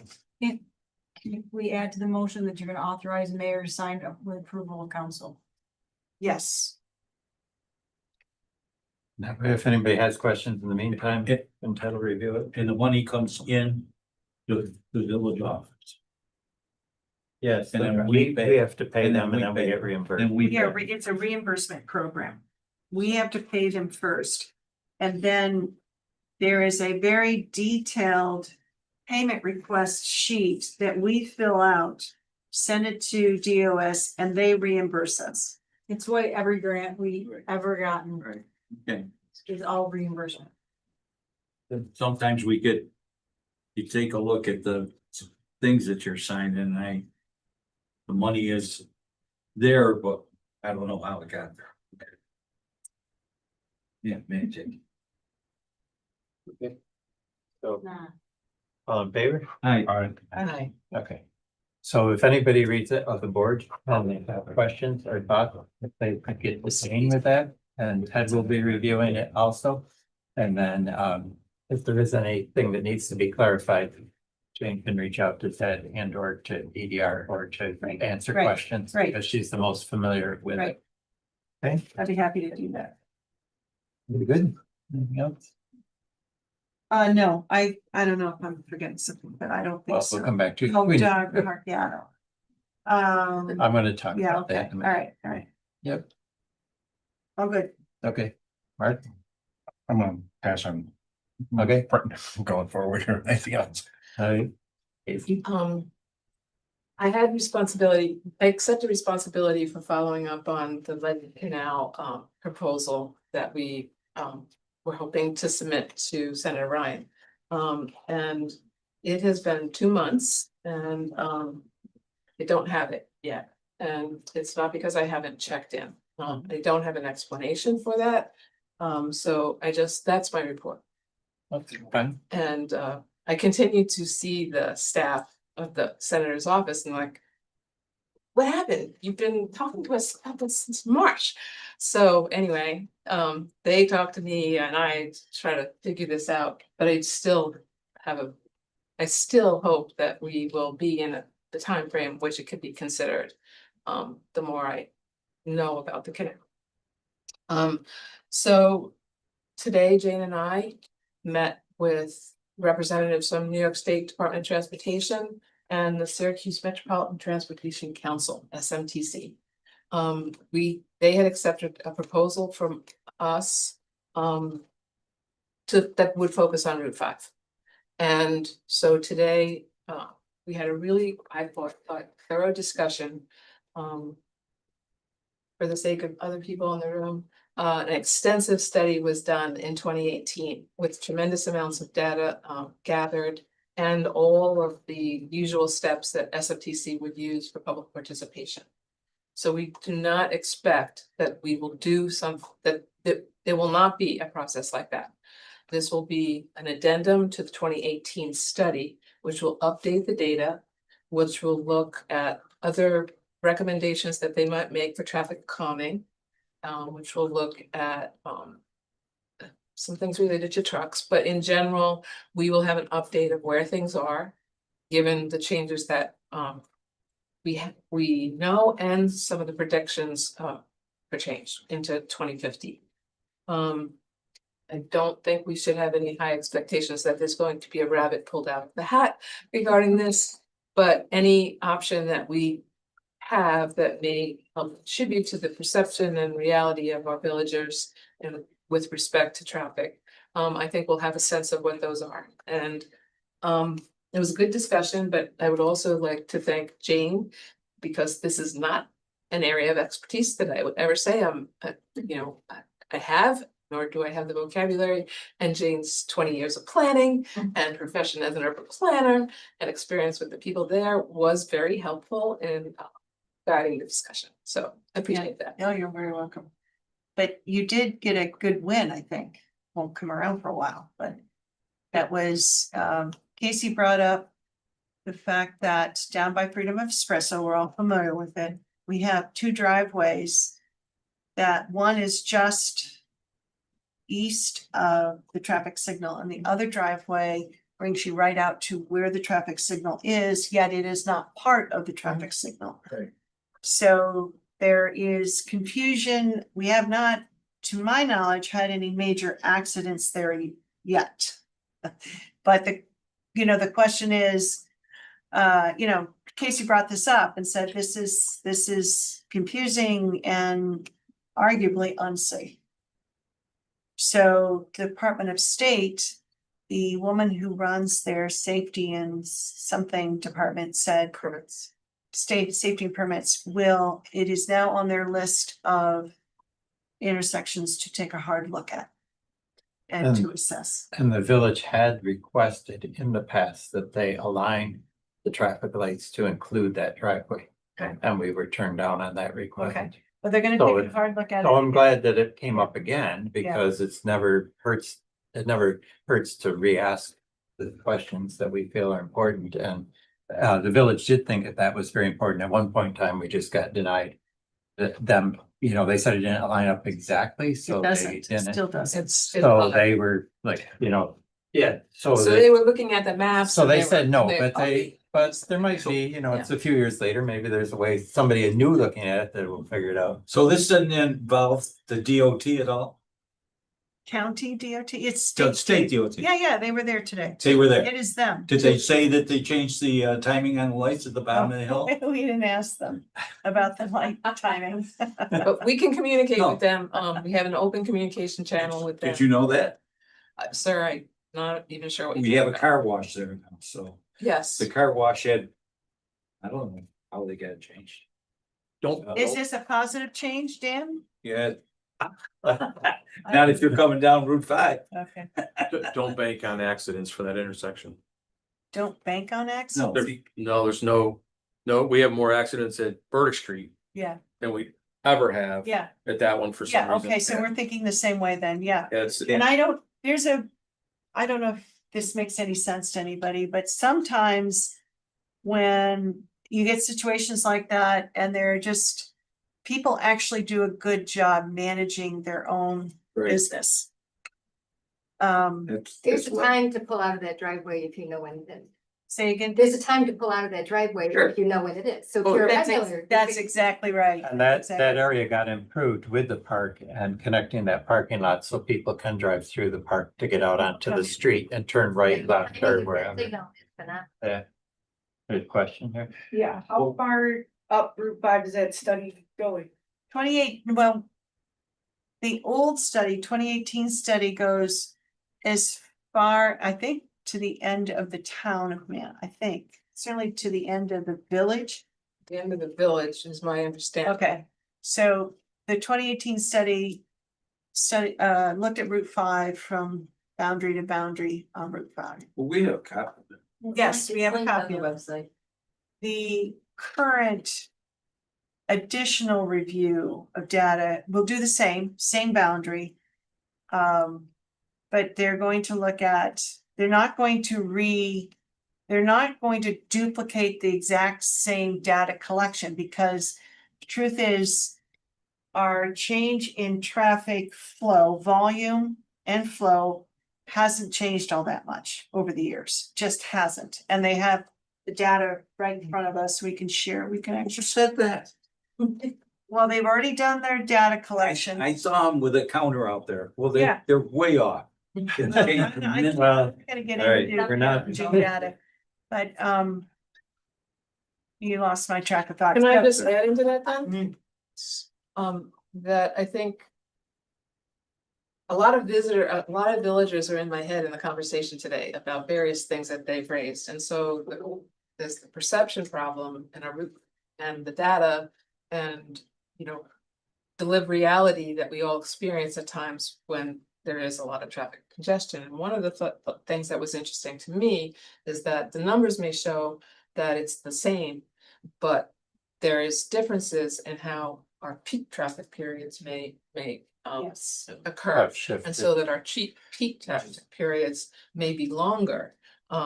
So that was something I was like, hey, that connects into our perception a little bit because, you know, I was able to talk about my perception, coming from the east side of the village. And it's like, no, I'm telling you. And this is a lot of other people. It's much worse. They're backing up all the way to Cashin.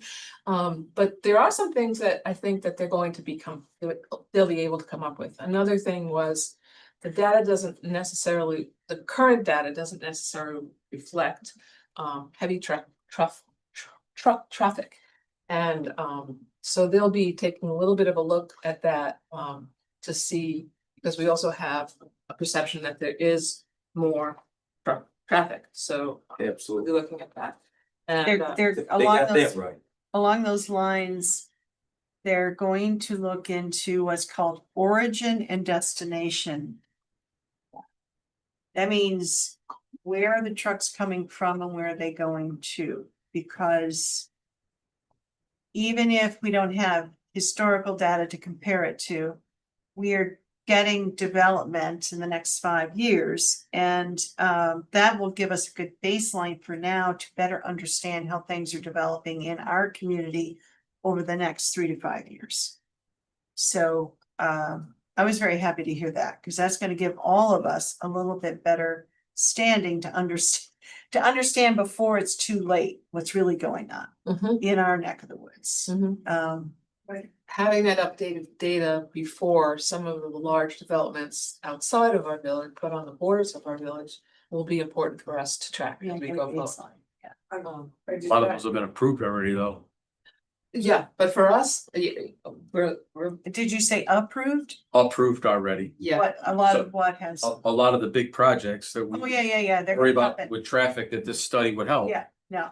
The ship Well, sailed already. Yeah, no, the study's not there to help any one project at all. It is intended, this addendum is intended to help the decision makers understand what's going on out there. I don't know how else to say it. It's provide a baseline, so you know when you go forward, you can look at it again, you actually have something you can base decisions on based on what has occurred with the additional development. On our peripheral, so you're correct about that, because that's really our major.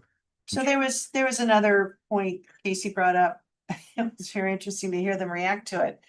And it was Friday car counts, Friday vehicle counts or wheel counts. It's not just cars. Friday's very busy here. It's very busy here. And they said they don't count. They never take counts in the afternoon on Friday or weekends. Because that, I don't really understand why, but somehow that does not reflect what happens on the average.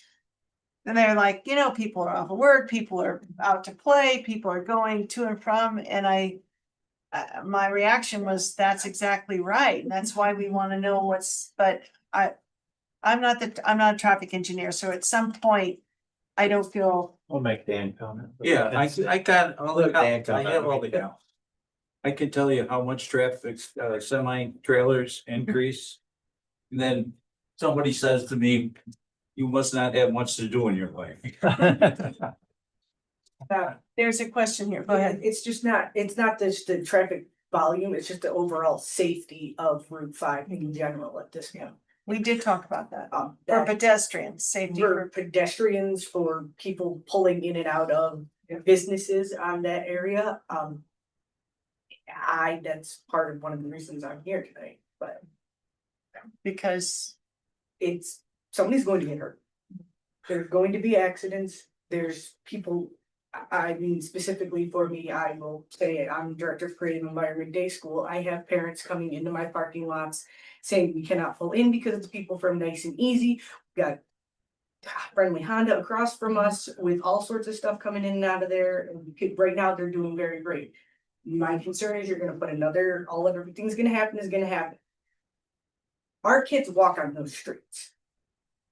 The people speed by our school buses, they speed through there. People coming out of the friendly Honda floor it every night. I can tell you which guy it is flooring it out of there.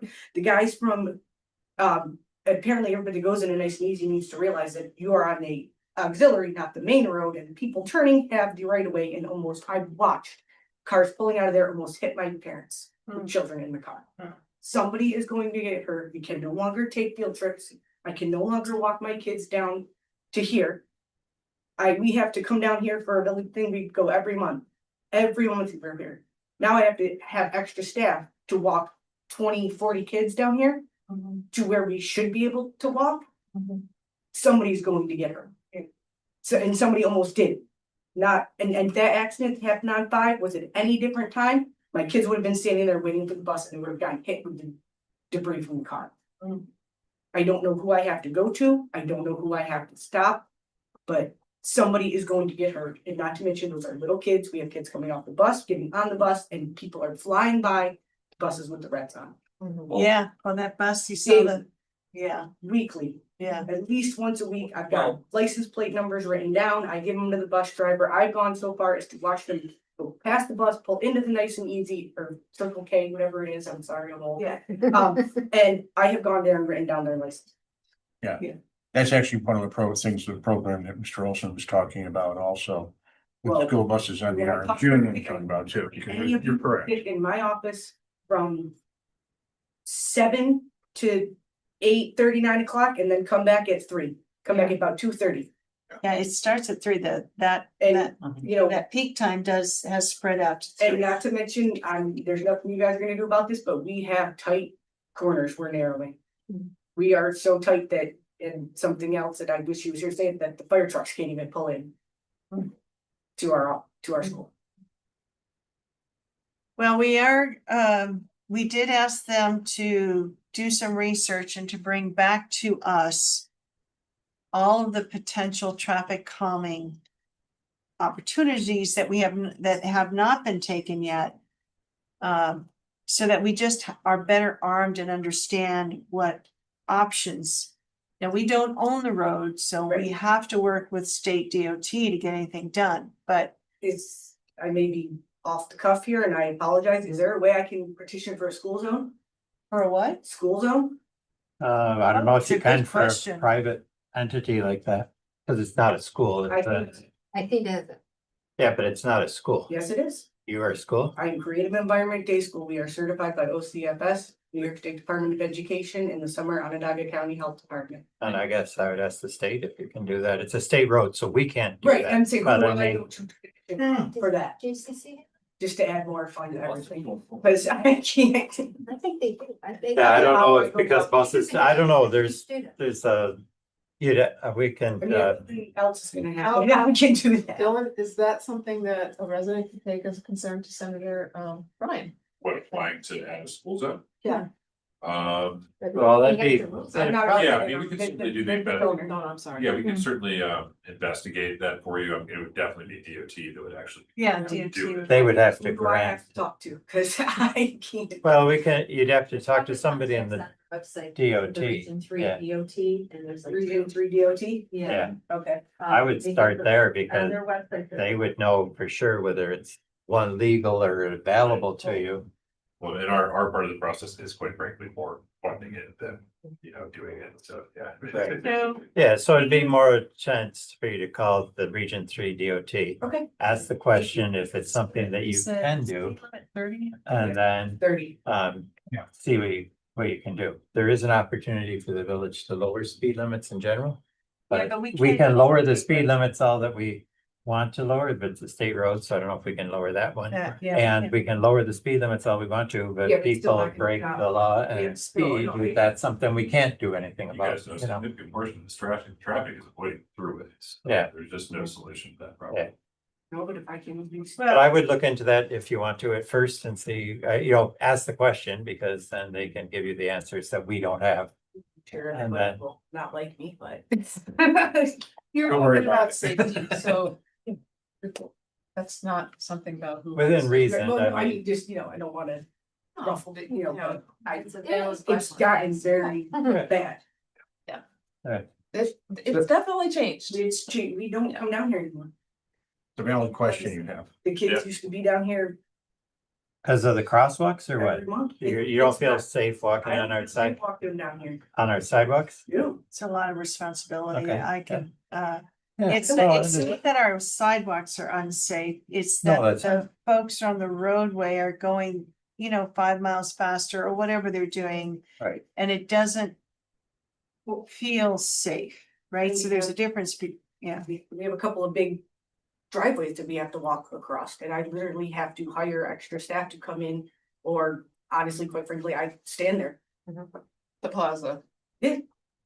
I stand in the middle of the road. Well, yeah, I mean, and of course, you can't do anything about that either, so I mean, Right. people will be going in and out of there, because it's a business or whatever. That's, Right. that's for length, I mean, we Yeah. would love to come down here and do more stuff with the village, and that's, years past and. Right. And we'd like to have you down here. I would love to get down here more often. Uh, Guys are great people. All right, Well, so thank you. So I would check with them first and then see Thank you. what you can find out. Thank you. If there's something that the village can do to help you in the process, if they tell you certain things, then we can reach out, find out who you're talking to. I will reach out to them also. And if it's a possibility, and you can get back to me with the information about who you're speaking to and what that possibility might be, I'll be glad to reach out on behalf of the village. And if there's something this board can do to help in that process, we'd be glad to help you, I'm sure. Where I could talk to somebody about getting a police officer at Friendly Honda. Good luck there. Yeah, I know. think you can talk, you can call the police department. yeah, you should. I took a note that I was gonna suggest that, Okay, Right. especially if you have an identified driver in a particular car. that's one of their workers. Yeah, I think it's worth talking. Well, again, the police set up the different, you'll see the trailer, it's down by the town center right now on Route 5. So the police, I was told by the chief, that the police put those trailers around different places. And they see the speeds and the speeds are recorded and then they obviously don't have the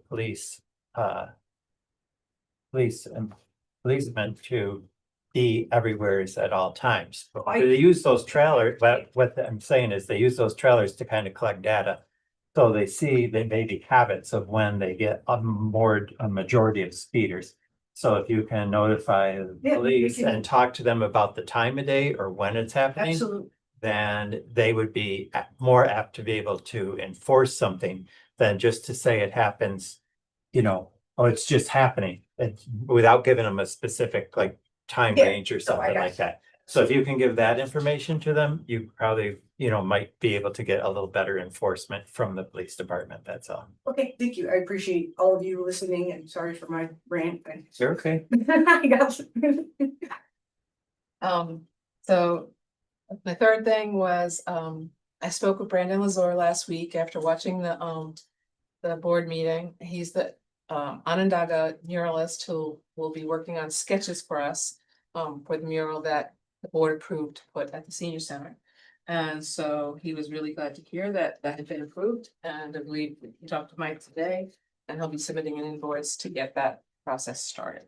Right, so I sent him an email back he did send me an invoice. Yeah. And the process, because I checked with Lori about it, is that, and I sent this to him, he will be providing us some kind of a drawing or design. And then following that, once we get that, then we would pay an invoice or something to him.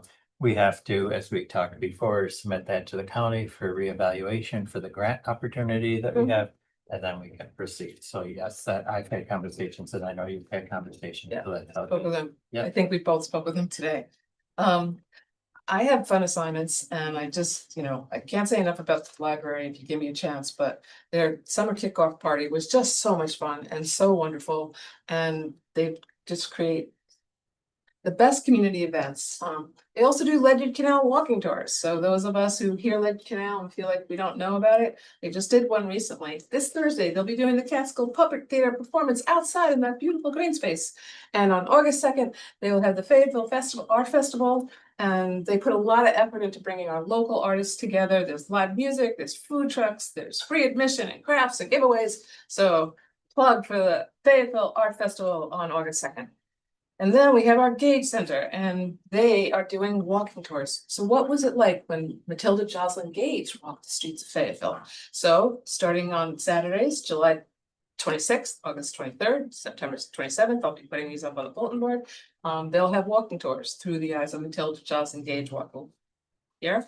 And the chamber is another one of my assignments. And I thought it was, I don't usually have something to say from the chamber, but this golf classic on August 6th is called the Henry McIntosh Golf Challenge. And he was one of our long-serving mayors. And it's the 6th annual Henry McIntosh.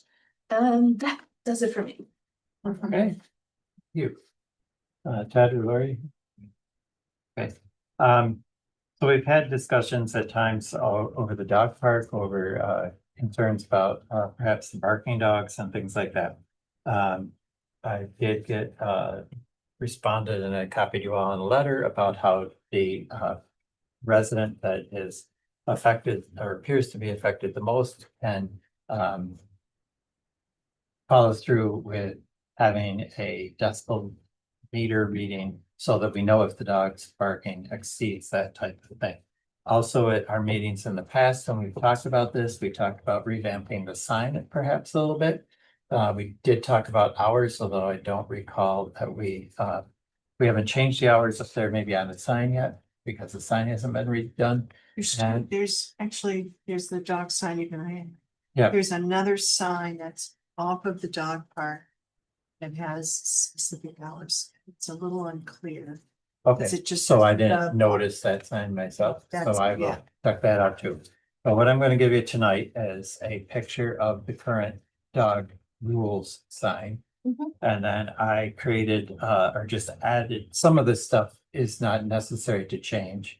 And then some of this stuff might be a little bit easier to change, and I thought that, you know, all of the printing on the current sign is the same size. I think it's important to know that the top one or the first one is obviously using the park at your own risk. Dog owners, and I put some in red, but probably the whole thing should have been in red, but I didn't do that. So I noticed afterwards, but it says on the original one that the dog owners are legally responsible for the behavior of their dogs. And I added an excessively loud barking. So if we have a codes complaint about noise, this is the question for Ted, and he can always get back to us on this, is who does the complaint go against? The dog owner that has the dog there that is barking, or the village because we own the dog park? So I put on here that the excessive loud barking, which is going to be the dog owner, because the village isn't there representing itself or anything else, that the onus would be on the dog owners to control their dogs from barking. So that'll be a question Ted can get back to us on and stuff. Doesn't have to be answered tonight. I'm not looking for any I'm not looking for like specific input tonight, because I know we all like to be able to see stuff and think about stuff. So I just wanted to give these out, and then I'm looking for suggestions as to what it is. Any suggestions that you see from looking at things, what might be different? I think the top one and the bottom one, I would like to print a little bit larger lettering on it, so it's a little more noticeable maybe on the signs and stuff, but I just thought it's something that we talked about maybe doing. Probably I'll email it to Jane so she could send it to the parks also and have their input on what we might want to change and how we might want to change it. Just in general, so that we can keep going through this process of figuring out what the best way is to make everybody happy up there. There's we just happened to land on it. There's a line here that says, please be mindful of nearby neighborhoods and limit your dog's barking. Right, and I think maybe I might have moved that to the bottom of mine and made it larger because. That's fine, but it's. I know it's there, but I mean, I don't know that people actually read it and see it. I was just trying to make it, if we redo the sign, make certain things a little more noticeable or stand out a little bit so people will see it and it won't get lost in the middle of the list, which is kind of where it is now. And that's something that probably wasn't thought about originally, nor maybe would be thought about now if we didn't have some concern about. Did make a decision on the closing time. I put in there 8 o'clock, I think. Oh, I okay. put at the very top of my page, I Oh, put, sorry. because I didn't see the hours on this sign, but Jane says they're on a different sign, so Okay. I missed that when I was up there grabbing this picture real quick one day. So we can adjust, nothing's set in stone. I'm not suggesting those are the right hours. I'm saying that was just something to fill the space. My guess is, I do have a question though, without having read yours Yeah. at all. And I thought of this late while I was up there visiting, and that is these rules of use are great, but I'm not sure how to enforce them. And it is our park, so it is our responsibility to enforce these rules. So that is just something for us to seriously consider. And that can be perhaps something that Ted can help Right, answer, so, you because know- I don't know if it's the park open and closed, I know can be enforced by the police department. I don't know about the other things. They would be perhaps code issues where the code officer would have to do that, but that's a good question. So we can always take and think under it if you want to and Yep. figure out how that might be enforced. I mean, There's, along those lines, when you read this, think about how you're gonna enforce it, right? So, what did I have? Please be mindful of nearby neighborhoods and limit your dog's barking. How? Is it by number of minutes? Is it by volume? Is it? So how do you? I know how I limit my dog's barking, but he's in my house and my property. So these are things that if we're going to keep these active and actually amend them, then we have to know how to enforce them. right, so that's what I'm looking for. That's why I gave it to everybody to think about, Yep. come up with those good questions about those aspects of things and what you might like to see in there. Like I say, some of it is pretty standard. I mean, you know, they say they have to be licensed and have the dog tag, of course, on there. You have to not have parasites. Can't bring food. So if somebody brings food in, you can see that pretty easily. I'm assuming somewhat would be policed by the other users because they would not want to. But, you know, again, that's not their responsibility, as you're saying, it's ours. So we should, we're gonna look at all that. But this is a start to what we had a discussion on before. And if we're gonna change something, I would like some of those things, like the excessive bargaining, to stand out to people. I suppose it's like having children and having dogs, not that you compare the two exactly, but if, you know, my idea of excessive for my children would be maybe different than somebody else's, or my opinion on it for anybody's children might be different than somebody else's, and the same with dogs. So if you're used to your dog's barking, as you say, what's the limit on it, or what's the threshold of where it has to be? So I guess that's something that we have to try and figure out. Yeah. So that's all I have. Anybody else? Question. Yep. So for those of who weren't there, there were a couple of really important economic development meetings, and the one that was the villages were invited to. Jane, Mike, and I were there.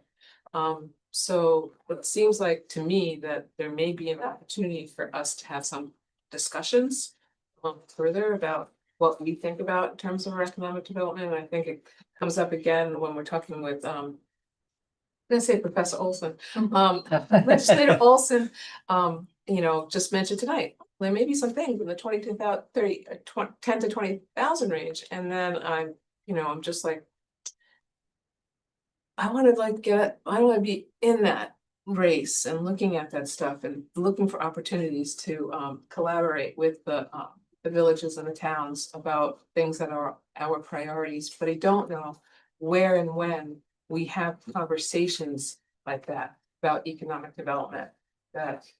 So I'm asking, because I think it's important and timely, and I don't want to necessarily let that opportunity go by, expecting that we will have some of the slides from that day, hoping and trying to get them, and you know what our follow through is going to be on that.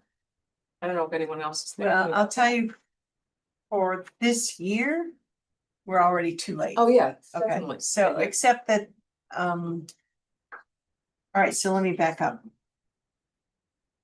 If there's a lot of questions there with economic development. If our approach is that we want some state funding for a certain portion of our village for economic development purposes, we will have several action items and steps to take before we even get to talking with the state.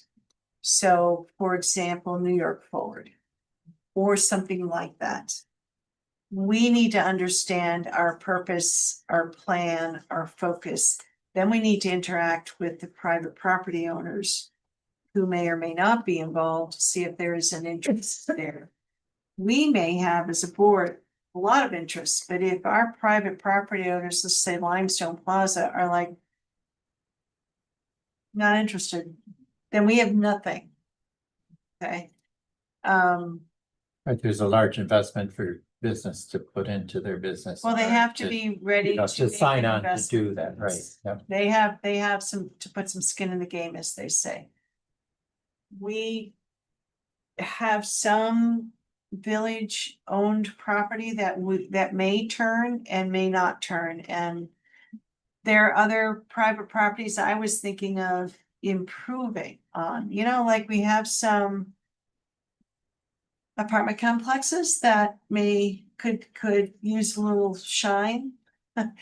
And is there an opportunity for us to find some public monies for those complexes to get a little bit of a break in the cost of improving their areas? I just think that my answer to you is I'm not ready to just sit down and have a general discussion because that's way too open and way too wide for me. If someone were to say to me, I have a really interesting concept for the eastern section of our village involving this area, would anybody like to come in and listen to that concept? And then once we listen to the concept, then we can start noodling around how to put that concept into action. Okay. That's how I think. I noodle around all the time, but I don't bring it to the board because I haven't landed on something yet. I did with the codes. I mean, I landed that pretty, but that was something I was familiar with. I have lots of ideas with some of these apartment complexes. I don't know how to land it. I appreciate a cup of coffee to hear some of those, but Yeah, you know, I just okay, don't so know I how to will, land it. I'll accept Jane's answer as my direction. Actually, I think Jane's correct, because most of us are looking for those opportunities to improve our community and how to work with people within the community as well. That's a very important part of what we do. The other part is that if you look at, I don't know how many of them, and so many of them, you just can't pull it together because the pieces aren't there. The other part is if the pieces aren't there, we have to start looking at, because one of my major problems is understanding at times our infrastructure seems to be lacking. We're lacking certain types of opportunities for in our community. Our community has a character which has been, and I always tell you this, and I tell it to everybody else, we always suffer the sins of our predecessors. And that's one of the things that we always look at is what has been done previously in our community and what must we deal with that's there already in order to be able to try to move forward and other things that we visualize. And as Jane said, without talking to our community, we're lost. And that really is a big thing for sure. And Jane and I, we talk about it frequently when we're working on codes. Work on all this and look at it may not be worth anything when we start talking to the community. They don't like it. And that's important to remember. So we have to be concerned about it. There might be other ways to bring economic development. It's not just. Let me back out and say it this way. There may be other ways for economic development to happen in our community that doesn't feel like it's economic development. And for example, there's a lot of people who ride up and down Empire State Trail recreationally. We don't have an easy, notable access to our village for those folks. We have an access, we all know about it. I like the access myself, but if there are folks that are riding up and down that canal, anywhere outside of our little village, they're gonna ride right by. And they're gonna go to it, and so understanding how we can maybe make improvements there to encourage people to come in, that's just one, you don't think that kind of comes across as a parks, recreational trail effort. There's economic development associated with that, right? Yeah. That's actually a good example. That one where you look at, there is actually grants for signage, but the Erie Canal system actually has signage that actually does talk about Fayetteville and what goes on as far as the access that we have from the canal to the village of Fayetteville. That's an important piece to remember. And there's different ways to deal with that. So that's the other part that goes along with it. So. Yeah, and I was thinking of some of the things that are in our parks plan, which I still have so much respect for, in terms of trail development. But I was also thinking of something I learned at a planning board meeting many years ago that Scott Dumas said is that,